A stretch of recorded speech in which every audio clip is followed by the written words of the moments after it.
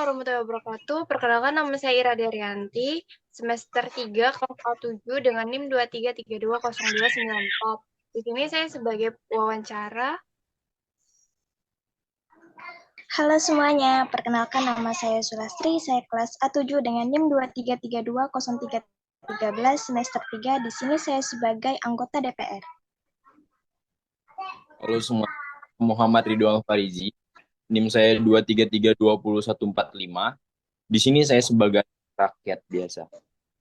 Mendengar isu tentang tunjangan rumah dinas yang akan diberikan kepada seluruh anggota DPR, di sini kami mengundang salah satu anggota DPR, Ibu Sulastri, dan salah satu perwakilan dari Suara Rakyat, Saudara Ridwan Alfarizi, mendengar kabar bahwa untuk DPR periode 2024-2029 akan mendapatkan tunjangan perumahan setiap bulannya. Apakah itu benar, Ibu Sulastri?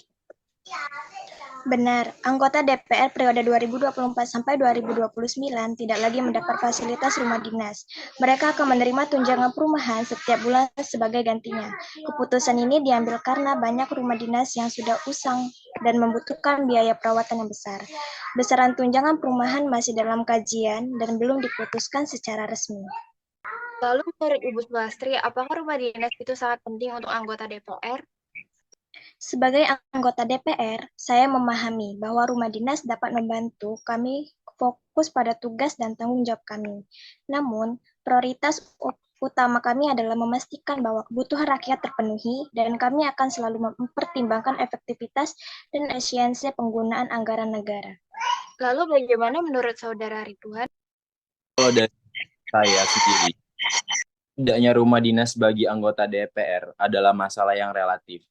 Keputusan untuk mempertahankan atau menghapuskan fasilitas ini harus mempertimbangkan berbagai faktor, termasuk efisiensi, efektivitas, transparansi, dan keadilan. Lalu terkait kendala pro kontra hal tersebut, apakah mengganti fasilitas rumah dinas DPR menjadi tunjangan langkah yang tepat menurut Ibu Sulastri? Mengganti fasilitas rumah dinas dengan tunjangan merupakan langkah yang perlu dikaji secara mendalam. Pertimbangan utama adalah aktivitas dan efisiensi penggunaan anggaran negara serta dampaknya terhadap kesejahteraan rakyat. Lalu apakah Saudara Ridwan mempunyai pendapat lain? Menurut Ridwan sendiri, mengganti rumah dinas menjadi tunjangan lain sedikit menimbulkan kontroversial dan memicu perdebatan di lingkungan masyarakat. Karena sama-sama kita ketahui di data tersebut, dalam data tersebut, biaya tunjangan DPR itu bukan hampir, tapi menempati di angka 50 juta per bulannya. Nah, di dalam 50 juta per bulannya itu cuma satu anggota. Nah, sama-sama kita ketahui, anggota DPR RI di masa periode 2024 sampai 2029, anggotanya itu ada 580 orang. Jadi ada 580 orang yang harus kita tunjangi memakai APBN. Jika kita kalikan 580 orang itu dikali 50 juta per bulan, itu bisa menimbulkan angka hampir 3M. Itu kalau sebulannya. Belum semasa periodenya yaitu 5 tahun. Bisa dikalikan saja itu berapa. Jadi menurut Dion itu sangat tidak tepat langkah yang diambil oleh DPR RI. Itu saja. Nah, jika anggota DPR mendapatkan tunjangan rumah dinas, ternyata memiliki rumah mewah sendiri, Ibu Sulastri. Apakah Ibu Sulastri juga salah satu bagian dari hal tersebut? Jika anggota DPR memiliki rumah sendiri dan lebih mewah, maka tunjangan rumah dinas dapat dialokasikan untuk kebutuhan lainnya dan lebih mendesak lagi dan lebih membutuhkan lagi, seperti peningkatan kualitas pelayanan publik dan program sosial. Baik, dikarenakan banyaknya rakyat yang menolak tunjangan rumah dinas, bagaimana menurut pendapat Ibu Sulastri selaku anggota DPR? Menurut saya, yaitu sebagai anggota DPR, kami akan selalu mendengarkan aspirasi rakyat. Kami akan terus berupaya untuk menjalankan tugas dan tanggung jawab kami dengan sebaik-baiknya dan mencari solusi terbaik untuk mentanggungjawabkan kebutuhan dan harapan masyarakat. Lalu sebagai perwakilan dari suara rakyat yang menolak tunjangan rumah dinas untuk DPR, apakah Saudara Ridwan mempunyai alasan yang tepat sebagai hal penolakan tersebut?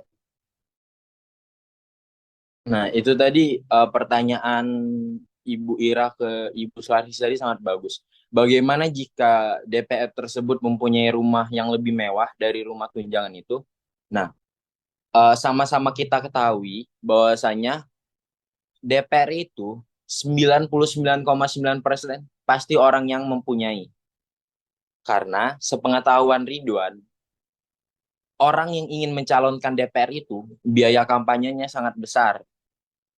Dan ada sedikit kabar angin bahwasanya kalau ingin mencalonkan menjadi DPR itu minimal harus memegang uang puluhan miliar.